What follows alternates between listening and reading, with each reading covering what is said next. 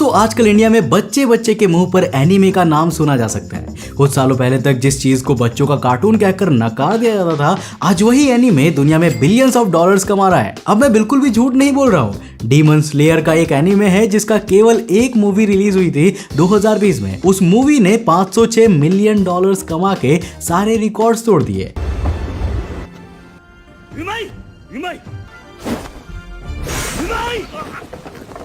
और अगर आपको अभी भी शक है कि एनीमे इंडिया में नहीं ग्रो कर रहा है तो एक बार इस वीडियो को देखिए।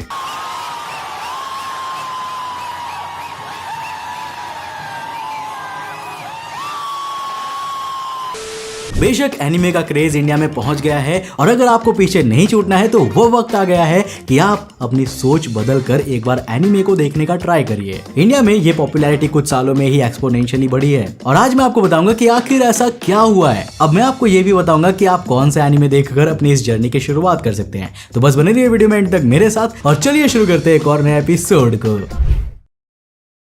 दोस्तों एक समय हुआ करता था जब हमें एनीमे और कार्टून के बीच कोई डिफरेंस नहीं पता था। हमें ये तक नहीं पता था कि एनीमे नाम की कोई चीज भी होती है। बेशक हम ड्रैगन बॉल जी देखकर ही बड़े हुए थे, लेकिन उस वक्त हम इसे कार्टून समझकर देखा करते थे। हमें थोड़े पता था कि ये एनीमे की कैटेगरी में आता है।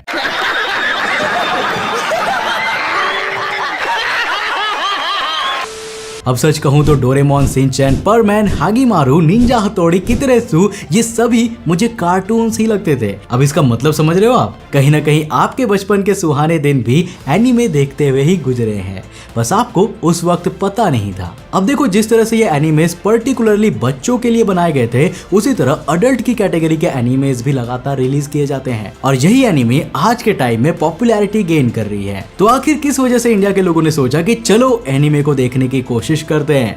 इसका सबसे पहला रीजन है कोरोना वायरस। दोस्तों कोरोना ने स्टूडेंट्स और एडल्ट्स समेत हर तरह की कैटेगरी के लोगों को घर में बंद कर दिया था। अब देखो ना उन्हें स्कूल की टेंशन थी ना एग्जाम्स की। अब हम सबको पता था कि स्टूडेंट्स ऑनलाइन क्लासेस और एग्जाम्स में कैसे पास हुए थे। कुछ इसी तरह से बहुत सारे एडल्ट्स जो जॉब कर रहे थे उन्हें कह दिया गया था कि आप घर बैठकर ही काम करिए। अब इस चीज ने एक बड़े से मार्केट को खोल दिया। हजारों लाखों लोग ऐसे थे जो घर में बैठे हुए थे और बेहद ही बोर हो रहे थे। Web series, Netflix, Amazon Prime, इन सभी चीजों को तो लॉकडाउन ने ही तो ट्रेंड में ला दिया था। लोगों को पता चल गया था कि सिनेमा हॉल में ना जाकर भी वो घर बैठे क्वालिटी एंटरटेनमेंट की चीजें देख सकते हैं। और बस इसके बीच इंडिया में एनीमे देखने वाले लोगों की कम्युनिटी भी बढ़ने लगी। अब बेशक ये एनीमे ऑडियंस स्कूल्स और कॉलेजेस वाली थी, लेकिन हम सबको पता है कि इंडिया में यंग लोगों की भरमार पड़ी हुई है। अब एनीमे की सबसे बेस्ट चीज ये है कि अगर तुम एक अच्छे एनीमे शो से शुरुआत करते हो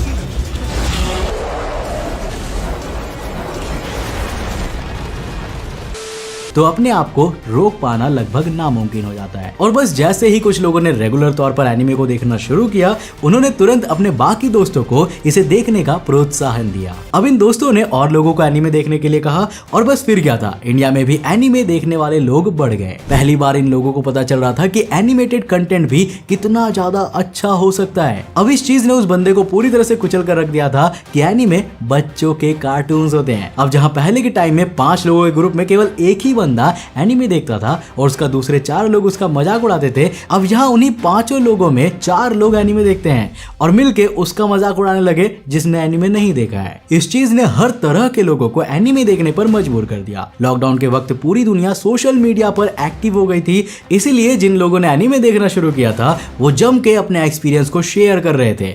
अब मैं झूठ नहीं बोल रहा हूँ, एक टाइम ऐसा भी आया था जब मेरे सारे दोस्तों की स्टोरीज पर नारुतो राज कर रहा था।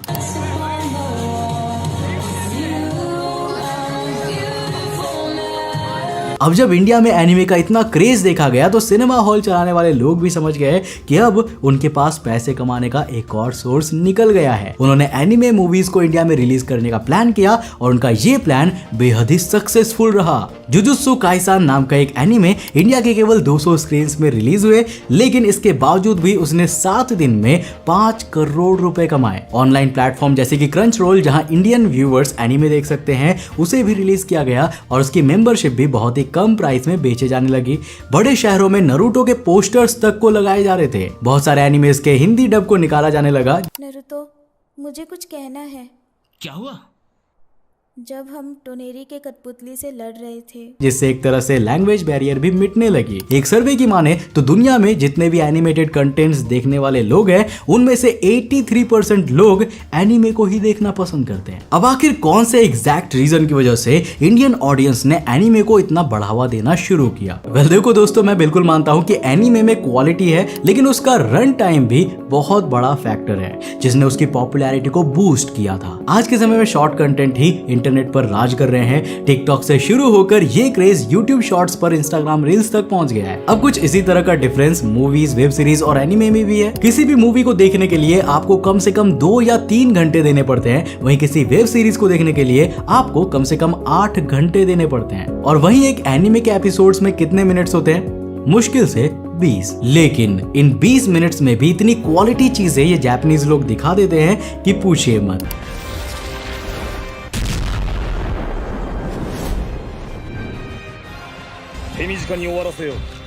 आपने 2 घंटे पढ़ाई कर ली और ब्रेक लेने का सोच रहे हैं? एनिमे का एक एपिसोड देख लीजिए। यहाँ आपके काम के बीच में आपको एक छोटा सा ब्रेक भी मिल जाता है। एनिमे देख के आपका मूड भी फ्रेश हो जाता है। अब जरा सोचिए ये कितना आसान हो गया है। लेकिन दोस्तों, मुझे लगता है कि इंडिया में अभी भी एनिमे के ग्रो करने के बहुत पोटेंशियल है। सिर्फ गिने चुने ही फेमस एनिमेज हैं जिनसे इंडिया के लोग वाकिफ है। अब एक समय था जब इंडिया में एक पूरा चैनल एनिमे के शोज पर डेडिकेटेड था। उसका नाम था टूनामी।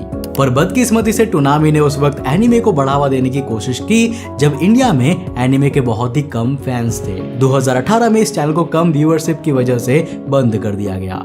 टूनामी का पूरा प्लान था कि वो एनिमेज को हिंदी में डब करके इंडियन ऑडियंसेस को दिखाएंगे। उन्होंने नारुतो और ड्रैगन बॉल जी के कई एपिसोड्स को डब भी करवाया, लेकिन उस वक्त उन्हें वो सपोर्ट नहीं मिला जो मिलना चाहिए था। लेकिन दोस्तों, आज के टाइम के एनिमे की पॉपुलैरिटी को देखकर मैं कह सकता हूँ कि अगर टूनामी चैनल एक बार फिर रिलीज हुआ तो लाखों लोग इसे देखने लगेंगे। अब अगर आपने भी कोई एनिमे देखा है और इस वीडियो को देखने के बाद किसी एनिमे शो को देखने का प्लान कर रहे हैं तो मैं आपको कुछ अच्छे सजेशंस दे सकता हूँ।